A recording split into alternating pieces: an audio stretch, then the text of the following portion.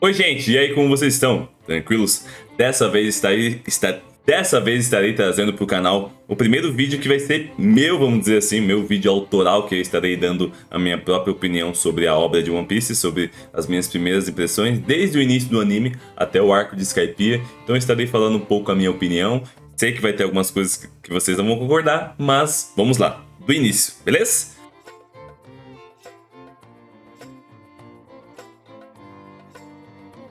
Então, inicialmente a gente tem a introdução do Luffy, que é algo que me surpreendeu um pouco, porque não é comum a introdução do personagem dele saindo de um barril. Ele sai do barril e fala: meu nome é Monkey D. Luffy. Eu achei legal, mas é bem diferente. E aí a gente tem o início da jornada dele, querendo ser o rei dos piratas e tal, e obviamente ele precisa de uma tripulação. E aí, eu vou falar um pouquinho sobre a introdução de todos os personagens que entraram para a tripulação do Luffy, beleza? Então, inicialmente a gente tem a introdução do Zoro. A introdução do Zoro, na minha opinião, é a que menos, como posso dizer, a que menos o Luffy impacta na vida do Zoro. Eu acho que vocês vão entender isso no decorrer da análise que eu vou estar falando aqui neste vídeo. Porque assim, o Luffy ele salva o Zoro porque mesmo o Zoro pensando que ele ficaria lá uma semana sem comer para poder salvar a cidade lá da marinha, a marinha iria matar ele do mesmo jeito. E ali ele estava sem as espadas e ele estava amarrado. Então muito provavelmente isso iria acontecer. Só que o Luffy salvando o Zoro ele tem um sentimento de honra, né? Por ele ser um espadachim. Por esse sentimento de honra, por ele se sentir em dívida, vamos dizer assim, com o Luffy, ele começa a seguir o Luffy. Porém, na minha opinião, vocês vão perceber que todos os outros personagens, o Luffy ele foi responsável pela mudança de vida desses personagens. O Zoro já não. Eu acho que mesmo que o Zoro não tivesse esse sentimento aí de querer seguir o Luffy, o Zoro conseguiria seguir a vida dele normalmente. Ele ainda tentaria ser o melhor espadachim do mundo e conseguiria viver a vida dele como caçador de piratas. Então, na minha opinião, o impacto que o Luffy tem na vida do Zoro foi o que menos mudou a vida do Zoro, vamos dizer assim. Eu acho que vocês vão entender no decorrer que eu for falando sobre o desenvolvimento dos personagens, beleza? Então, a gente tem o contato do Luffy com o Zoro lá, que ele tá amarrado, o Luffy salva ele, beleza, o Zoro entra. E aí depois a gente já tem um pouco da introdução da personagem da Nami. Isso me incomodou um pouco no início, porque assim, ela fala que ela é navegadora e tal, e ela meio naquele estilão Lada, não sei o que. E ele fala: eu preciso de uma navegadora, entra aí. Isso me afastou um pouco. Eu falei: meu, tipo, essa vai ser a introdução do personagem? Porém, lá pra frente, a gente tem toda a introdução muito bem feita, na minha opinião, da personagem da Nami, através do arco do Arlong, porque aí a gente percebe que ela, praticamente, ela era uma escrava, ela vivia lá realizando trabalhos por Arlong para juntar dinheiro para poder libertar a vila dela. Só que, tanto que quando o Luffy chega lá na ilha, ela não queria que ele estivesse lá, ela não queria auxílio, porque finalmente ela conseguiu o dinheiro que poderia livrar a vida dela. Mas obviamente o Arlong traiu ela, ele não iria libertar a vila dela, ou muito menos deixar ela, tipo, libertar ela do trabalho dela, até porque ela era uma excelente navegadora e ele queria que ela se mantesse ainda com ela. Aí a gente tem realmente a introdução da personagem. Ela pede, ela suplica ajuda ao Luffy. Luffy, tasquete! Que é aquela parte que ela pede ajuda ao Luffy. E aí ele vai lá, ele, Zoro, Sanji, o Sop, já tem os outros personagens introduzidos aí. E aí eles vão lá, tem toda a batalha deles contra o Arlong. E ali, quando o Luffy vence o Arlong, ele fala: porque você é minha companheira e tal. Eu acho que ali realmente caiu a ficha da Nami em ela pensar: putz, realmente eu vou com esse cara, olha tudo que ele fez por mim, olha tudo que ele fez pela minha vila. Então o Luffy, na vida da Nami, ele mudou a vida dela. Porque se o Luffy não tivesse ali, ela continuaria sendo uma escrava, porque ela não teria opção, ela não conseguiria vencer o Arlong. Então o Luffy ele foi um divisor de águas da vida da Nami. Teve um antes e um depois na vida da Nami relacionado à introdução do personagem do Luffy na vida dela. Então é essa a diferença que eu quero que vocês entendam, por exemplo, da Nami para o Zoro. O Zoro ele conseguiria viver a vida dele normalmente de caçador de piratas mesmo sem o Luffy. A Nami, ela não conseguiria ser livre, ser uma navegadora livre. Ela continuaria, né, sendo uma escrava ali do Arlong. Então o Luffy foi crucial, e aí você entende o porquê que a Nami quer navegar com o Luffy, porque ele mudou a vida dela. Beleza, aí a gente volta um pouquinho e temos a introdução do personagem do Usopp, que pra mim é uma das melhores introduções, e é cômico, né, a introdução dele, porque ele mente, obviamente, né, ele sempre falando, não, eu tenho não sei quantos mil soldados, eu sou o Capitão Usopp, e tem toda aquela questão dele mentir pelo fato que a mãe dele acabou morrendo, e ele mentia pra mãe dele, né, porque ele falava que o pai dele estava chegando na esperança de que ela pudesse melhorar, mas infelizmente ela não melhorou. E aí tem toda a relação dele com a Kaia, e ele sempre contava várias histórias, obviamente várias mentiras, que no futuro da obra se tornaram verdades, né? Isso que é o mais da hora. E aí tem todo o aprofundamento na história do personagem do Usopp, porque tem aqueles piratas lá, um dos piratas lá que queria roubar a fortuna dela e tal, e aí tem todo o desenvolvimento da relação do Usopp com o Luffy, do Luffy lutando para ajudar o Usopp, do Luffy lutando para ajudar a ilha, porque querendo ou não, os piratas eles queriam dominar a ilha, eles iriam provavelmente matar todo mundo. E mais uma vez, o Luffy ele é crucial na vida desse personagem. Houve um antes e um depois na vida do Usopp com a introdução do Luffy, entendeu? Então é isso que eu quero que vocês entendam, um pouquinho diferente de diferença, né, entre a relação dos personagens. O Luffy ele foi muito, mas muito importante na vida do Usopp, porque o Usopp, acredito eu que se não fosse o Luffy, jamais ele teria a iniciativa de tentar sair para ser um bravo guerreiro do mar. Mas quando o Luffy chama ele pro barco, já no final do arco, ele não pensa duas vezes e sim, entra no barco e tenta, né, obviamente, se tornar um bravo guerreiro do mar. E mais uma vez, como a Nami, existe um antes e um depois da introdução do Luffy na história do Usopp. Se o Luffy não tivesse aparecido na vida do Usopp, muito provavelmente ele teria continuado vivendo a mesma vida que ele tinha lá naquela ilha, contando as mentiras. Então é isso que eu quero que vocês entendam. O Luffy ele é muito importante na vida das pessoas, principalmente do bando do Chapéu de Palha. Sempre ele é muito decisivo na trajetória da pessoa. Sempre existe um antes e um depois. E depois a gente tem a introdução do nosso querido cozinheiro, do Sanji. O Sanji também era outro que ele vivia dentro de um barco e ele vivia como cozinheiro. E pra ele, aquela vida estava excelente. Ele queria viver ao lado lá do velhinho que ajudou ele e ele iria ficar ali de boa, tipo, cozinhando, e é isso. E mais uma vez, obviamente, temos o quê? O Luffy entrando na vida do Sanji e mudando a vida dele. Obviamente tem várias coisas que acontecem naquele arco, como a luta lá com o Don Kruger lá e tal, tem várias lutas ali naquele ambiente, mas foi ali que o Sanji percebeu que, talvez eu queira realmente ser um pirata, viver nesse mar, ver onde tá o All Blue. E o velhinho lá que ajudou ele quando ele era criança, ele é um que incentiva o Sanji, isso que eu acho da hora. E no final do arco ali, ele pede, né, pra ele ir conhecer o mar, pra ele ir viver a vida dele. Porque o Sanji ele viveu muito tempo ali com aquele velhinho dentro daquele barco, depois daqueles problemas que aconteceu quando ele era criança, que eles ficaram isolados numa ilha. E aí, depois da entrada do personagem do Luffy, realmente o Sanji, com a ajuda do velhinho, decide, irei para o mar também. Obviamente, depois de muitas coisas acontecerem. Então, essa é a perspectiva que eu tenho, de que o Luffy, após ele entrar na vida de vários personagens, ele muda realmente a vida desse personagem. E no decorrer, no desenvolvimento da história, você percebe que todos esses personagens que o Luffy mudou a vida, Sanji, Usopp, Nami, inicialmente todo mundo fala, eu vou seguir esse cara, ele é um idiota e tal. Mas no decorrer do desenvolvimento da história, eles percebem o quão grande é o Luffy, quão generoso ele é, quão bondoso ele é.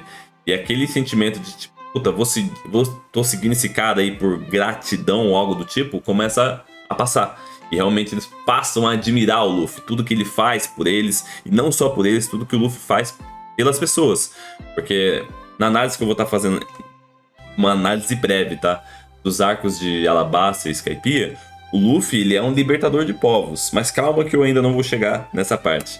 E, por último, mas não menos importante, a gente tem a introdução Chopper, que é mais uma vez uma mudança de vida na vida do personagem. O Chopper, ele vivia lá com a Doctorina lá, e ele vivia tranquilamente lá. Ele não gostava de humanos, até porque ele já tinha um retrospecto muito negativo, e ele também não queria estar próximo dos animais, porque os animais tratavam ele diferente. A única coisa que ele queria era viver com a Doctorina. Porém, quem chega? Luffy, mais uma vez, e depois de muitos acontecimentos lá da batalha com aquele pirata lá que comia tudo, pirata super estranho, você percebe que o Luffy, ele protegendo a bandeira lá daquele velhinho que cuidava do Chopper. Me perdoe, tá? Eu esqueço vários nomes de personagens porque são muitos. E ele protegendo aquela bandeira, o Chopper realmente percebeu: nossa, isso é ser um pirata, assim. O Chopper, eu acho que é um dos primeiros que ele tem realmente aquele sentimento de admiração pelo Luffy. Ele sempre fala: uai! Que é tipo, que maneiro, que legal, é muito da hora.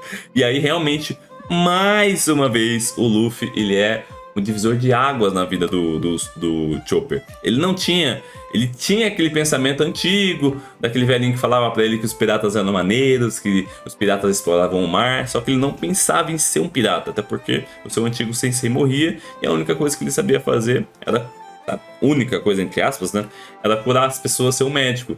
E aí, quando o Luffy chama ele pra ser um médico, ele não pensa duas vezes e vai na sua jornada aí pra ser um pirata junto do Luffy. Então é isso que eu queria que vocês entendessem, que por exemplo, o Sop, Sanji e Chopper e Nami, o Luffy ele foi um divisor de águas na vida de todos esses personagens. Quando ele entrou na vida deles, teve todo o desenvolvimento na relação deles para que eles pudessem entrar no bando, ele realmente mudou a vida deles. E o único que eu não senti tanto isso foi o Zoro, porque conforme eu falei, eu acho que o Zoro ele continuaria vivendo a sua vida normalmente como caçador de piratas ali, mesmo que o Luffy tivesse salvado ele e ele não tivesse nenhum sentimento de gratidão ou algo do tipo, e viver sua vida continuamente. Acho que deu pra vocês entenderem um pouquinho, né? Nossa, eu falo muita coisa. Mas vamos lá então pro arco de Alabasta.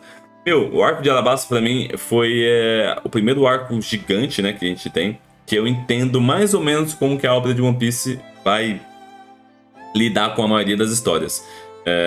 Os personagens, eles ficam separados, né? Fica meio que cada um no seu canto. Obviamente, sempre o Luffy ele vai lutar com o mais poderoso, o Zoro geralmente luta com o segundo mais poderoso, e assim por diante. Mas eu achei muito da hora que, tanto em Skypiea quanto em Alabasta, o Luffy ele não tá lutando por ele. Ali, naquele momento, o Luffy ele não tá lutando pra ser o rei dos piratas. Naquele caso ali, ele tava lutando pela Vivi, ele tava lutando pelo povo de Alabasta. Porque o povo de Alabasta estava praticamente sendo escravizado pelo Crocodile. E ele luta para poder ajudar esse povo, para poder ajudar a Vivi, para ajudar as pessoas. E o sentimento que o Luffy tem é o mesmo sentimento que todos os personagens ali têm. O bando do Chapéu de Palha, obviamente, né? Todos querem ajudar da forma que eles podem ajudar. E eu acho da hora que tem um desenvolvimento muito bom, principalmente na personagem da Nami, nesse arco de Alabasta, porque ela começa a batalhar com aquele bastão lá que o Usopp queria pra ela, e ali ela percebe que, inclusive ela até fala: eu não quero mais ser uma inútil, eu não quero ser mais uma que não consegue fazer nada.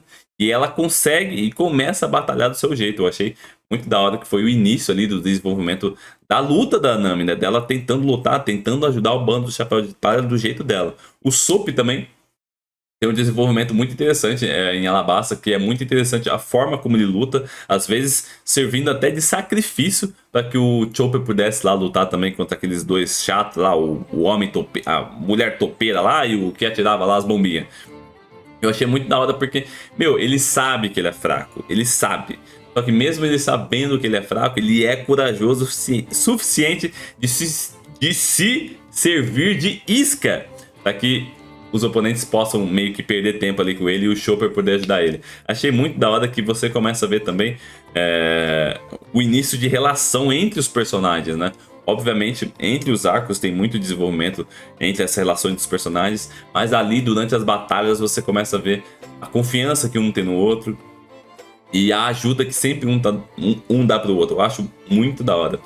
E aí a gente tem a batalha final, né, do Luffy contra o Crocodile. Eu confesso que eu achei que foi um pouco curta, na minha opinião. A batalha final mesmo, que eles lutam lá naquele ambiente onde fica o Poneglyph lá, eu achei um pouco curto e tal, mas achei interessante a forma como o Luffy ele foi inteligente de saber que ele tinha que lutar molhado e de que ele estava usando o seu próprio sangue para poder lutar contra o Crocodile. Então eu achei muito da hora isso. Eu acho engraçado que eu já vi vários comentários do pessoal falando: ah, e tem gente que fala que o Luffy é burro.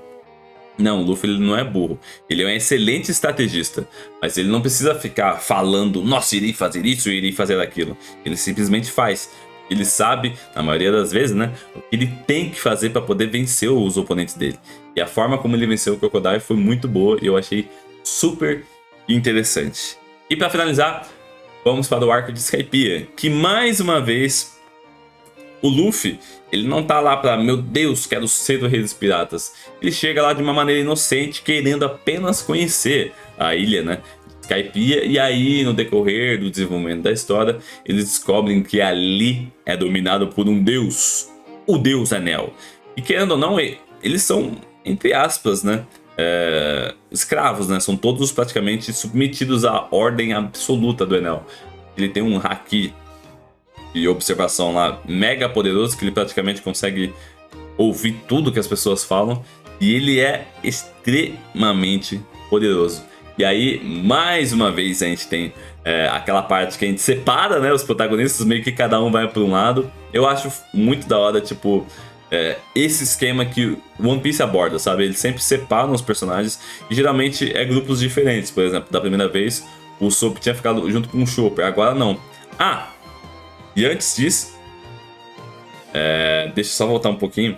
A gente teve a introdução da Robin no bando.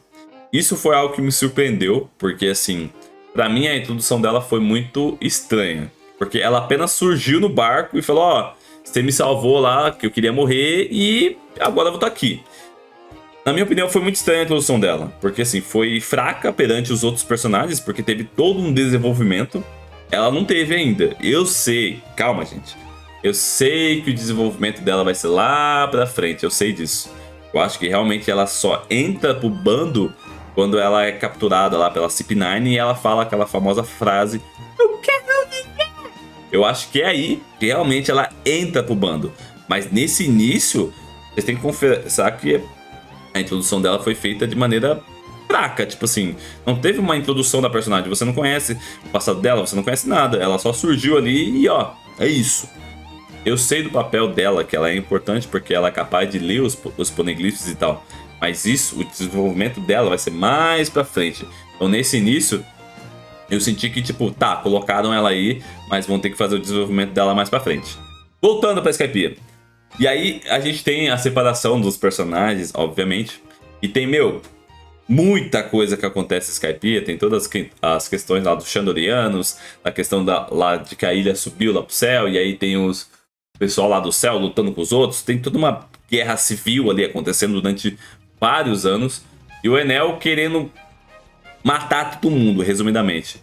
Ele queria lá fazer o seu barco gigantesco lá que se movia através de eletricidade, e cara, eu acho engraçado que o Enel, ele quer tipo, meu, destruir ali simplesmente por destruir. Ele não tinha motivo pelo qual destruir Skypiea.